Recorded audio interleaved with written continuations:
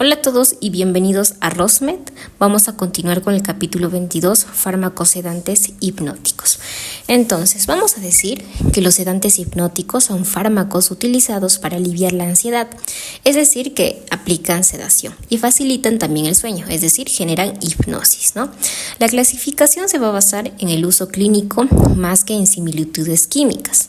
Son ampliamente prescritos debido a la frecuencia de problemas de ansiedad y trastornos del sueño. Entonces vamos a mencionar un poco la farmacología básica de estos tipos de fármacos, que van a ser tres. En primer lugar, el efecto ansiolítico. Un sedante debe reducir la ansiedad y proporcionar un efecto calmante, minimizando la depresión del sistema nervioso central necesaria para la eficacia terapéutica. En segundo lugar, el efecto hipnótico. Un hipnótico debe inducir somnolencia y ayudar a iniciar y mantener el sueño, lo que implica una depresión más profunda del sistema nervioso central. Y en tercer lugar, la relación dosis-efecto, ¿no? Entonces, para esto vamos a mencionar algunos fármacos antiguos, como por ejemplo los barbitúricos, que presentan una relación dosis-respuesta lineal, donde dosis excesivas pueden llevar a anestesia general y depresión respiratoria. Y en segundo lugar, algunas benzodiazepinas y también los hipnóticos modernos, ¿no? Que estos van a mostrar relaciones no lineales, requiriendo dosis más altas para efectos más profundos, ¿no? Ahora, desde ya podemos también mencionar los efectos adversos de estos tipos de fármacos, ¿no? Entonces, como habíamos mencionado, pues el uso inadecuado puede llevar a efectos adversos graves, de los cuales vamos a tener dos. En primer lugar, la anestesia general, que es obviamente causado por las dosis excesivas, y lo segundo, la depresión respiratoria, en este caso a través de los músculos respiratorios, ¿no? Entonces, lo cual puede causar obviamente la coma o muerte. Ahora, veamos lo que es la clasificación química de los sedantes hipnóticos. Las benzodiazepinas van a ser, por ejemplo, una clase prominente de sedantes hipnóticos, destacándose la 1.4 benzodiazepinas que poseen un grupo carboxamida en un anillo heterocíclico de 7 miembros. Para que estos compuestos ejerzan la actividad sedante hipnótica, es crucial que tengan un sustituyente en la posición 7, como un halógeno o un grupo nitro. Entonces, algunos ejemplos destacados de estos van a ser el triazolam y el alprazolam, que presentan un anillo de triazol en la posición 1.2. Además, han surgido medicamentos con nuevas estructuras químicas, por ejemplo, el zolpidem, el saleplon y también el ledopiclona, ¿no?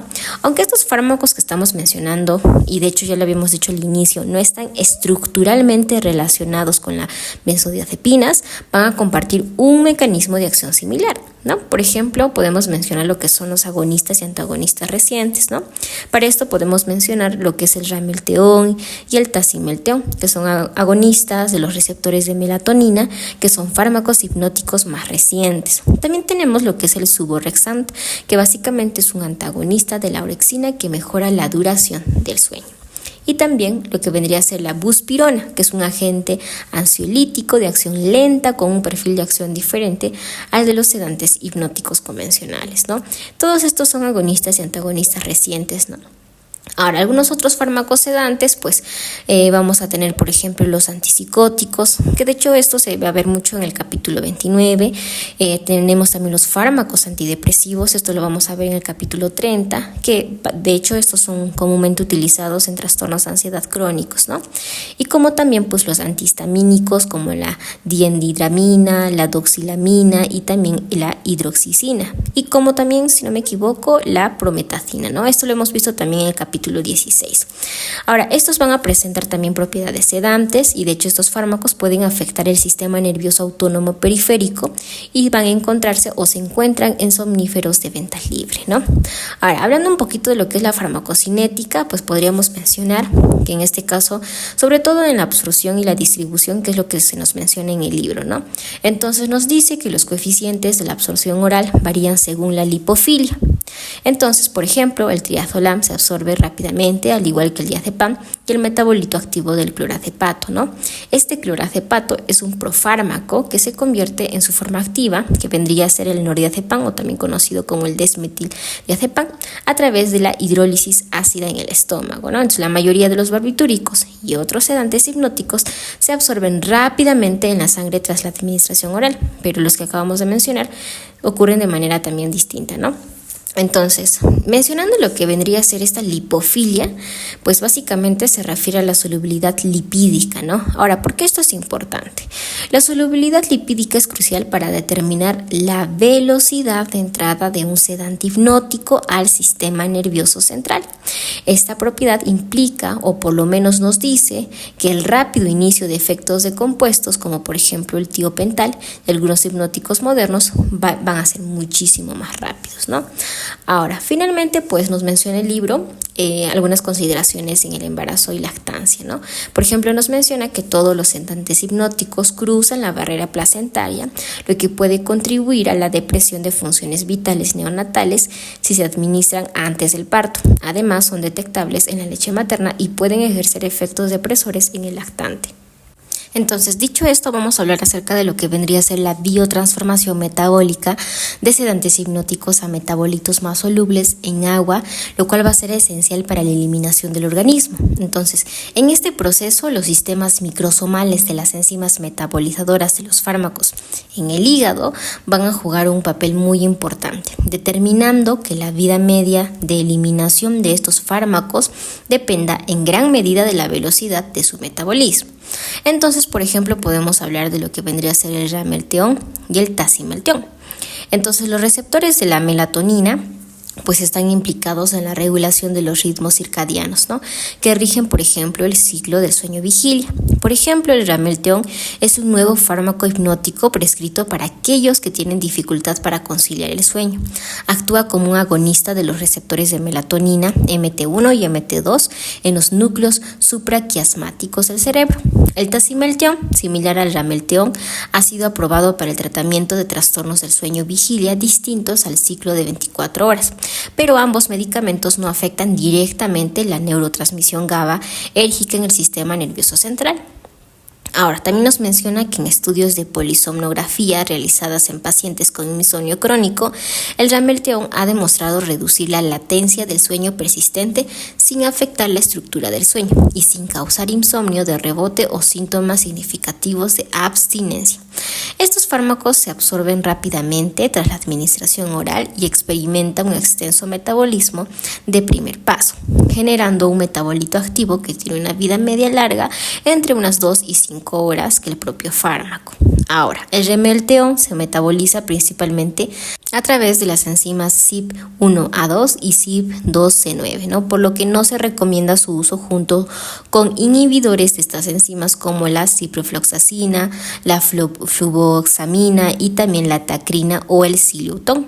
Entonces, es importante señalar que la combinación, en todo caso, de la fluvoxamina puede aumentar la concentración plasmática de ramelteón hasta 50 veces. Se debe tener precaución al usar el ramelteón en pacientes con disfunción hepática, ya que el inductor del CYP, rifampina y también específicamente la rifampina va a disminuir considerablemente las concentraciones plasmáticas de ramelteón y su metabolito también activo, ¿no? Entonces, entre los efectos adversos del ramelteón se van a encontrar mareos, somnolencia, fatiga y alteraciones endocrinas.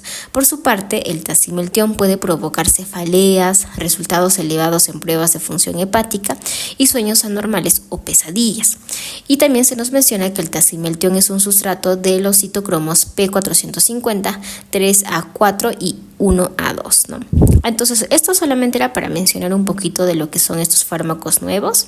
Y ahora sí vamos a hablar acerca de lo que vendrían a ser las benzodiazepinas. Entonces, el metabolismo hepático es el responsable de la depuración de todas las benzodiazepinas, con patrones y tasas de metabolismo que varían entre los diferentes fármacos. La mayoría de las benzodiazepinas se metabolizan a través de reacciones de fase 1, como la oxidación microsomal, la N-desalquilación y la hidroxilación alifática, principalmente por las isoenzimas del citocromo P450, siendo el CYP3A4 la más relevante. Posteriormente, estos tipos de metabolitos se conjugan en reacciones de fase 2 para formar glucurónidos que se excretan en la orina.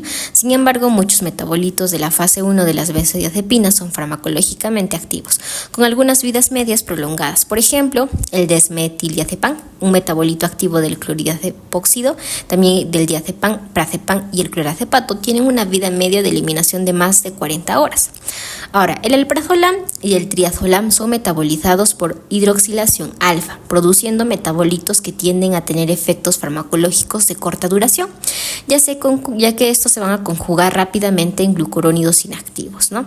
Ahora, la vida corta en este caso van a tener una corta vida media de eliminación, específicamente del triazolam, que vendría a ser unas 2 a 3 horas, que favorece su uso como hipnótico en lugar de como sedante, ¿no? Entonces, la formación de metabolitos activos obviamente ha complicado los estudios sobre la farmacocinética de las benzodiazepinas en humanos, ya que la vida media de la eliminación del fármaco original puede no correlacionarse adecuadamente con la duración de los efectos farmacológicos, ¿no?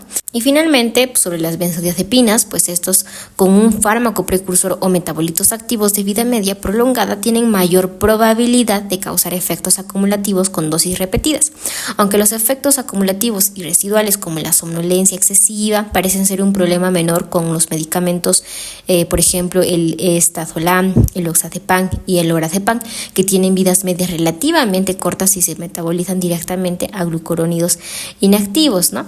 Bien, hablemos ahora de lo que vendrían a ser los barbitúricos. La mayoría de los barbitúricos se metabolizan en el hígado a través de la oxidación formando alcoholes, ácidos y cetonas que se excretan en la orina como conjugados glucurónidos, ¿no? Excepto por lo que vendría a ser el fenobarbital, que en cantidades insignificantes van a excretarse sin cambios. Ahora, generalmente lo que vendría a ser la tasa de metabolismo es lenta, excepto por los que vendrían a ser los tiobarbitúricos. Y pues se nos menciona que la vida media de eliminación, específicamente en el secobarbital y también lo que vendría a ser en el pentobarbital, van a ser entre las 18 y 48 horas, obviamente variable entre los individuos, ¿no? Y el fenobarbital entre 4 a 5 días. Ahora, algunos efectos acumulativos que van a tener esto es que obviamente las dosificaciones múltiples pueden llevar a efectos acumulativos en el cuerpo, ¿no? Y uno de los ejemplos que nos mencionan va a ser la buspirona. Entonces, mencionemos qué es la buspirona. Bueno, estos fármacos este fármaco en sí tiene un efecto ansiolítico, ya que va a aliviar la ansiedad sin provocar sedación. Va también, en este caso, también no va a provocar hipnosis o euforia, ¿no? Entonces, lo único que va a hacer es aliviar la ansiedad. Además, no tiene propiedades anticonvulsivantes o de relajación muscular y no actúa sobre los sistemas GABAérgicos, lo cual obviamente es un poco beneficioso, ¿no? Ahora, ¿cuál es el mecanismo de acción de esta buspirona? Va a actuar como agonista parcial en los receptores 5-HT1A, que vendría en este caso ser la serotonina, y tiene afinidad por los receptores de 2 de dopamina, ¿no? No va a causar ansiedad de rebote ni signos de abstinencia al interrumpir el tratamiento. Ahora, el inicio de la acción como tal pues se va a dar por los efectos ansiolíticos que pueden tardar de 3 a 4 semanas en establecerse, lo que lo hace menos efectiva para la ansiedad aguda, ¿no? Una desventaja. Ahora, ¿cuál es la farmacocinética de este? Bueno, en primer lugar, la absorción pues va a ser rápida por vía oral, pero sufre metabolismo de primer paso significativo. En segundo lugar, metabolitos activos, ¿no? Principalmente lo que vendría a ser el 1,2-pirimidil, piperazina, y también que es conocido esto como el 1-PP, que puede tener efectos centrales. Ahora, la vida media de este tipo de fármaco va a ser entre 2 a 4 horas, además que la función hepática comprometida puede disminuir la depuración de este fármaco, ¿no?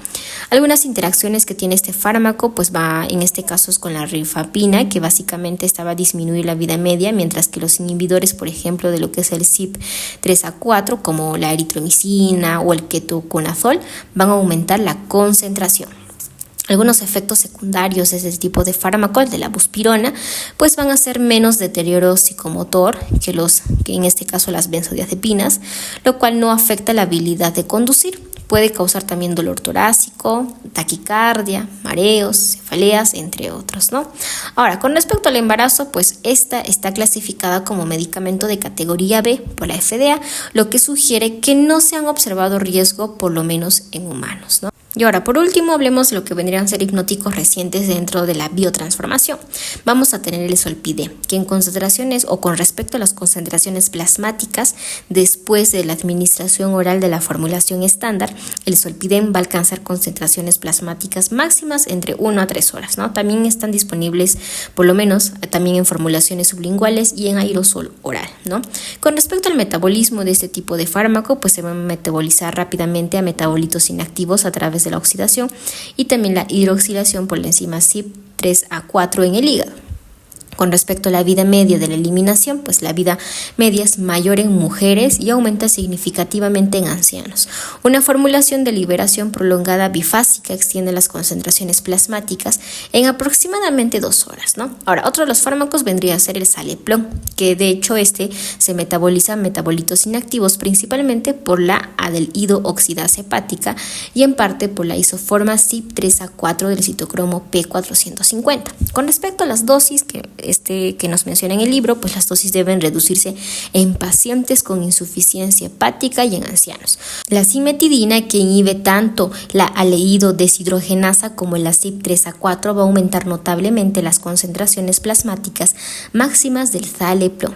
Ahora, por otro lado, el otro fármaco vendría a ser la ezopiclona, ¿no? Que básicamente esta es metabolizada por los citocromos hepáticos P450, especialmente el CYP3A4, formando un derivado de N-óxido inactivo y la desmetilezopiclona, que tiene actividad débil. Ahora, con respecto a la vida media de eliminación de este fármaco, la vida media se va a prolongar en ancianos y por lo menos en presencia también de los inhibidores de la CYP3A4, por ejemplo, el ketoconazol, ¿no? Ahora también se nos menciona lo que vendrían a ser los inductores de la CYP3A4, por ejemplo la rifampicina, que aumentan el metabolismo hepático de la ezopiclona. Y finalmente el suvorexan, que es un fármaco antagonista del receptor de orexina y también es un sustrato del CYP3A4. Su vida media se prolonga con inhibidores de la enzima, incluidos fármacos antimicóticos, azólicos, claritromicina y el verapamilo, ¿no? Finalmente, pues debemos mencionar que los hipnóticos recientes como el zolpidem, el Saleplon y también el ezopiclona y el suvorexan ofrecen diferentes mecanismos de acción y perfiles de metabolismo, siendo esenciales las consideraciones sobre la edad y la función hepática al ajustar la dosis. Además, la interacción con inhibidores e inductores del citocromo P450 es crucial para evitar efectos adversos y optimizar la eficacia de estos fármacos en el manejo de trastornos del sueño. Bien, esto por parte de lo que vendría a ser la biotransformación. Ahora vayámonos a lo que es la excreción de sedantes hipnóticos. Los metabolitos de los sedantes hipnóticos, formados principalmente a través de la conjugación de la fase 2, se excretan principalmente por el riñón. Cambios en la función renal generalmente no van a afectar significativamente la eliminación de los fármacos. Por ejemplo, nos da en este caso un fármaco que vendría a ser el fenobarbital, que se excreta en la orina en un 20 a 30% de la forma inalterada. Su eliminación puede aumentar con la alcalinización de la orina debido a la naturaleza del ácido débil, que vendría a ser en este caso el pKa 7.4. Ahora hablemos acerca de lo que vendría a ser los factores que afectan la biodisponibilidad. Entonces vamos a tener 3 tipos de factores. La función hepática en primer lugar. La biodisponibilidad puede verse afectada por alteraciones en la función hepática, aumentando la vida media en ancianos y en pacientes con enfermedad hepática grave, lo que puede resultar en efectos excesivos en el sistema nervioso central. El segundo factor van a ser las inducciones enzimáticas. Entonces, la exposición a sedantes hipnóticos antiguos como barbitúricos y el meprobamato pueden aumentar la actividad de las enzimas hepáticas, incrementando el propio metabolismo y de también otros medicamentos. El tercer factor va a ser interacciones de medicamentos o de otros medicamentos. La inducción enzimática por barbitúricos puede potenciar la biotransformación de otros fármacos, mientras que las benzodiazepinas y los hipnóticos más recientes no afectan tanto la actividad enzimática con el uso continuo. Dicho esto, ahora vamos a hablar acerca de la farmacodinamia de las benzodiazepinas, barbitúricos y también los hipnóticos recientes de manera global. Entonces vamos a hablar de lo que es la farmacología molecular de lo que es el receptor GABA. Las benzodiazepinas, barbitúricos y también otros hipnóticos recientes, como por ejemplo el zolpidem, el Saleplon y también la ezopiclona, actúan sobre el receptor GABA en el sistema nervioso central. Este receptor es un canal de iones básicamente de cloruro activado por el neurotransmisor inhibitorio GABA. Ahora, la estructura del receptor GABA es pentamérica. Está compuesta por 5 subunidades alfa, beta, gamma, etcétera, ¿no? Con múltiples isoformas. Por ejemplo, la isoforma más común en el cerebro humano contiene 2 subunidades A1, 2 beta 2 y una gamma 2. Las benzodiazepinas también se unen a sitios específicos entre subunidades alfa 1 y gamma 2, mientras que los barbitúricos tienen un mecanismo de acción diferente uniéndose a otros sitios de receptor. Ahora, por otra parte, los hipnóticos recientes, como el zolpidem, son más selectivos, actúan sobre básicamente isoformas que incluyen subunidades alfa-1, lo que contribuye a su perfil de eficacia y efectos secundarios, ¿no? Ahora, esta heterogeneidad en los receptores GABA puede también explicar la variedad de acciones farmacológicas asociadas con estas clases de fármacos. Bien, ahora mencionemos lo que vendría a ser la neurofarmacología. El GABA es un neurotransmisor crucial para la inhibición en el sistema nervioso central, es decir, lo calma, ¿no? Las benzodiazepinas van a aumentar la eficacia en la inhibición de lo que vendría a ser los GABAérgicos en diversas regiones del cerebro, como la médula espinal y la corteza cerebral, aunque no sustituyen el GABA. Estos fármacos por lo menos van a potenciar sus efectos alostéricamente, aumentando la frecuencia de apertura de los canales de cloruro. Entonces, básicamente, pues en comparación, los barbitúricos pueden prolongar la apertura de estos canales y a altas concentraciones actúan como GABA miméticos, es decir, activando directamente los canales de cloruro. Además, también se mencionan que los barbitúricos son menores selectivos o son menos selectivos, ¿no? Afectando también la neurotransmisión del glutamato al unirse a los receptores AMPA. Ahora, obviamente esto va a hacer que se contribuya mucho al potencial para inducir la anestesia quirúrgica. Por eso se utilizan los barbitúricos en anestesiología. Ok, ahora también tenemos que mencionar lo que vendrían a ser los ligandos del sitio de unión de benzodiazepinas, ¿no? Entonces, los sitios de unión para las benzodiazepinas en el receptor GABA son diversos. Existen 3 tipos de interacciones con ligandos. Número 1, agonistas. Estos van a facilitar las acciones del GABA, por lo tanto, las benzodiazepinas se van a unir a múltiples sitios BZ, ¿no? Mientras que los hipnóticos recientes son más selectivos, por lo que contienen subunidades alfa-1. Se han propuesto por lo menos ligando endógenos similares a los de las benzodiazepinas en el tejido cerebral. Número 2, antagonistas. El flumafenil, un antagonista sintético, va a bloquear los efectos de las benzodiazepinas y otros hipnóticos sin afectar a los barbitúricos o también al etanol. Algunos neuropéptidos también pueden bloquear la interacción con los sitios BZ. Ahora, en tercer lugar, los agonistas inversos. Estos van a actuar como moduladores alostéricos negativos del receptor GABA, provocando ansiedad y convulsiones, compuesto, como en este caso, como las beta-carbolinas. Pueden inducir estos efectos y también bloquear la acción de las benzodiazepinas. ¿Ok?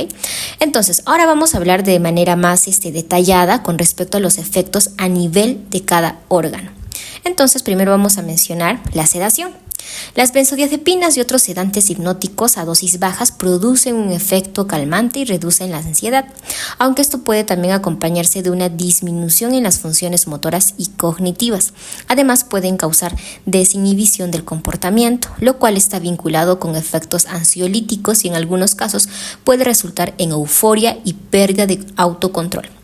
También pueden inducir amnesia anterógrada, lo que implica dificultad para recordar eventos ocurridos durante el efecto del medicamento, ¿no? Esto por parte de la sedación.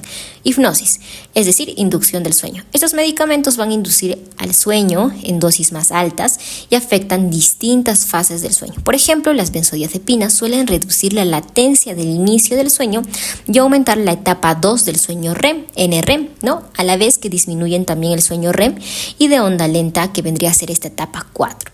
Ahora, los hipnóticos más recientes como zolpidem y el zaleplon tienen efectos específicos sobre las fases del sueño. Por ejemplo, las benzodiazepinas suelen reducir la latencia del inicio del sueño y aumentar la etapa 2 del sueño NREM, a la vez que también disminuyen el sueño REM y de onda lenta, en este caso la etapa 4, ¿no? Ahora, los hipnóticos más recientes, por ejemplo, el zolpidem, el zaleplon y también, en este caso también incluso la ezoplicona, pues van a tener efectos específicos sobre la fase del sueño, ¿no? Por ejemplo, en este caso, la ezoplicona van a prolongar el sueño NREM sin afectar el REM en dosis bajas. Ahora, hablemos entonces de la anestesia, ¿no? Ya hablamos de la sedación, hipnosis, ahora de la anestesia.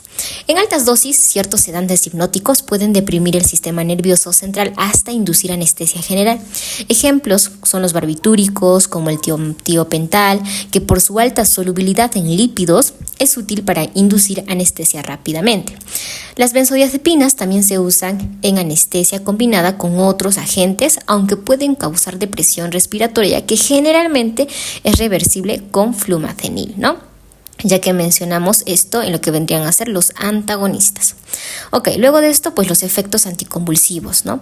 Ahora, los sedantes hipnóticos van a inhibir también la actividad epiléptica en el sistema nervioso, y algunos, como las benzodiazepinas, por ejemplo, clonazepam y el diazepam, son especialmente útiles para controlar convulsiones sin una marcada depresión del sistema nervioso central.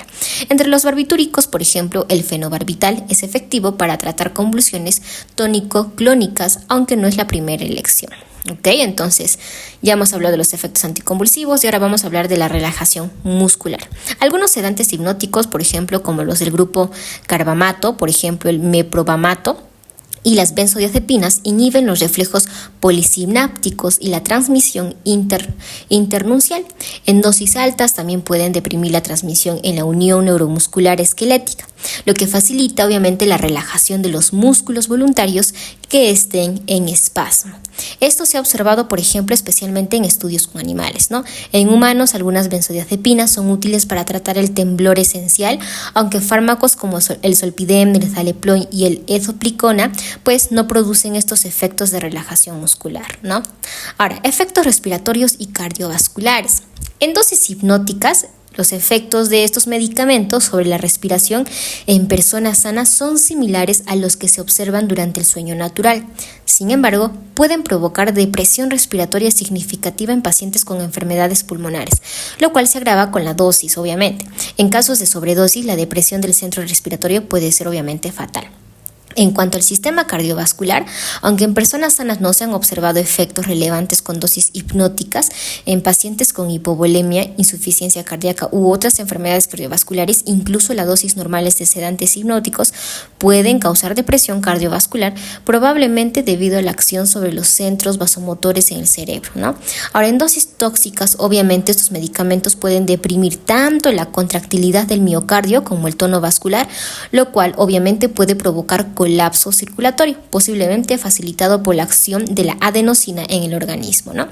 Ahora, dicho esto, también podemos mencionar lo que es la tolerancia y la dependencia de los sedantes hipnóticos, ¿no? Porque a menudo hay la pregunta si es dependiente o no. Entonces, en primer lugar, la tolerancia. La tolerancia a los sedantes hipnóticos implica una reducción en la respuesta a la medicación después de su uso repetido. Esto puede llevar a la necesidad de dosis mayores para alcanzar los mismos efectos.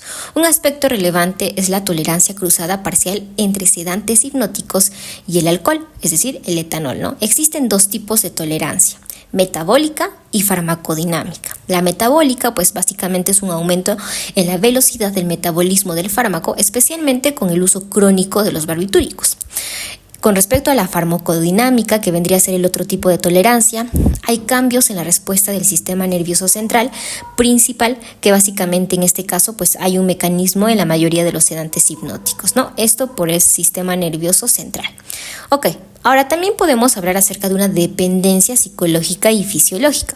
El uso de sedantes hipnóticos pueden llevar a una dependencia psicológica caracterizada por el uso compulsivo y una dependencia fisiológica que implica un cambio en el estado físico que requiere la administración continua de medicamentos para evitar obviamente síntomas de abstinencia, ¿no? Y hablando de la abstinencia, pues el síndrome de la abstinencia. La abstinencia de estos fármacos genera síntomas como ansiedad, insomnio y excitabilidad del sistema nervioso central, pudiendo llevar a convulsiones en casos graves. La gravedad de estos síntomas depende de factores como dosis y duración, que básicamente obviamente tiene que ver con la magnitud de la dosis y el tiempo de uso, lo cual va a influir en la intensidad de los síntomas de abstinencia, ¿no? Y lo segundo, que vendría a ser vida media del medicamento. Los sedantes hipnóticos de vida media larga obviamente permiten un retiro gradual con pocos síntomas físicos, mientras que los de vida media corta, como por ejemplo el triazolam, puede provocar síntomas de abstinencia entre dosis, lo cual puede causar ansiedad diurna, ¿no? Ahora, vamos a hablar ahora sí poco a poco de los fármacos que se nos mencionan, ¿no? Entonces, en primer lugar, el flumafenil, que como habíamos mencionado, pues es un antagonista, ¿no? ¿Qué pasa con este fármaco? Bueno, este es un antagonista de las benzodiazepinas. El flumazenil es un derivado de la 1,4-benzodiazepina con alta afinidad por el sitio de unión a las benzodiazepinas en el receptor GABA-AA. Actúa como un antagonista competitivo, bloqueando los efectos de las benzodiazepinas, así como también de otros sedantes similares como zolpidem, el Saleplon y la ezopiclona, ¿no? Sin embargo, no revierte los efectos de otros depresores del sistema nervioso central, por ejemplo, como el etanol, los opioides o anestésicos generales, ¿no? Básicamente, pues solamente sirve para los que hemos mencionado, zolpidem, Saleplon y ezopiclona, por lo menos estos tres. Entonces, su principal aplicación clínica es revertir la sedación causada por sobredosis de benzodiazepinas o acelerar la recuperación tras procedimientos, por ejemplo, anestésicos, ¿no? Aunque puede obviamente revertir la sedación, su eficacia es la reversión de la depresión respiratoria, en este caso, pues variable, ¿no? Ahora, cuando se administran por vía intravenosa, el flumazenil tiene un efecto rápido, pero una vida media corta entre 0,7 a 1,3 horas, debido obviamente a su rápida eliminación hepática. Esto hace que sea común que la sedación reaparezca, requiriendo dosis repetitivas. Ahora, sus efectos adversos incluyen agitación, confusión, mareo, náuseas y puede inducir un síndrome de abstinencia en pacientes dependientes de las benzodiazepinas. Además, su uso en pacientes que han tomado benzodiazepinas junto con antidepresivos tricíclicos pueden llevar a convulsiones y arritmias, ¿no? Ahora, ¿cuál es el tratamiento de los estados de ansiedad? Bueno, la ansiedad presenta respuestas psicológicas, conductuales y fisiológicas que incluyen aumento de la vigilancia, tensión muscular y también la hiperactividad autonómica. Puede ser secundaria a enfermedades, por ejemplo, orgánicas como un infarto, cáncer, etcétera, ¿no? O ser también una ansiedad situacional, por ejemplo, antes de procedimientos médicos o eventos estresantes. En estos casos, el uso a corto plazo de los sedantes hipnóticos es apropiado, como también lo es en el uso preoperatorio antes de cirugías o procedimientos invasivos. Para los trastornos de ansiedad, básicamente pues más persistentes como el trastorno de ansiedad generalizada, los trastornos de pánico y la agorafobia, las benzodiazepinas pueden usarse en episodios agudos. Sin embargo, el tratamiento a largo plazo es menos común debido a los riesgos de dependencia. Y obviamente pues los efectos adversos, especialmente si se combinan con otros depresores del sistema nervioso central. Ahora, las benzodiazepinas ofrecen obviamente ciertas ventajas, ¿no? Como su inicio de rápida acción, un alto índice terapéutico y efectos mínimos sobre las funciones cardiovasculares y autonómicas. Ahora, en trastornos de ansiedad más crónicos, los antidepresivos como los inhibidores selectivos de la recaptación de serotonina y los inhibidores de la recaptación de serotonina norepinefrina son considerados de primera línea por su eficacia sostenida, aunque su inicio de acción es más lento. Finalmente, pues el uso de los sedantes hipnóticos deben controlarse cuidadosamente para evitar efectos adversos. Ahora, el tratamiento con problemas de sueño. Los problemas del sueño son comunes y pueden estar relacionados con estilos de vida inadecuados, la falta de tratamiento para enfermedades médicas o psiquiátricas subyacentes o una mala higiene del sueño. Aunque el insomnio primario es raro, estudios recientes han demostrado que la falta de sueño, especialmente en adolescentes y personas mayores, afecta negativamente la salud física y mental. Se recomienda que ambos grupos duerman de 8 a 9 horas por noche. Ahora, tratamientos no farmacológicos en primer lugar. Estos enfoques suelen ser los primeros recomendados y pueden incluir mantener una dieta equilibrada y hacer ejercicio regularmente, evitar el consumo de estimulantes antes de dormir, crear un ambiente cómodo y oscuro en el dormitorio, ir a la cama y levantarse a la misma hora todos los días. Por parte de los tratamientos farmacológicos, en casos donde las terapias no farmacológicas no sean suficientes, se pueden utilizar sedantes hipnóticos de manera temporal. Las benzodiazepinas son comunes en el tratamiento de insomnio, pero pueden reducir el sueño REM y el sueño de ondas lentas y en ocasiones puede causar insomnio de rebote, si se suspenden obviamente abruptamente. Las benzodiazepinas con vida medias largas como el lorazepam pueden causar sedación diurna y con su uso prolongado tolerancia que lleva a aumentar la dosis, ¿no? Ahora, existen también algunos hipnóticos modernos, ¿no? De hecho, lo hemos mencionado, el zolpidem, el Saleplon y la ezopiclona. Estos fármacos básicamente afectan menos el patrón del sueño comparados con las benzodiazepinas. El zolpidem, por ejemplo, está disponible en una presentación de liberación bifásica para mantener el sueño por más tiempo, ¿no? Ahora, existe otro que se llama el suvorexant, aprobado por lo menos por la FDA para el tratamiento del insomnio. Ayuda tanto en el inicio como en el mantenimiento del sueño, ¿no?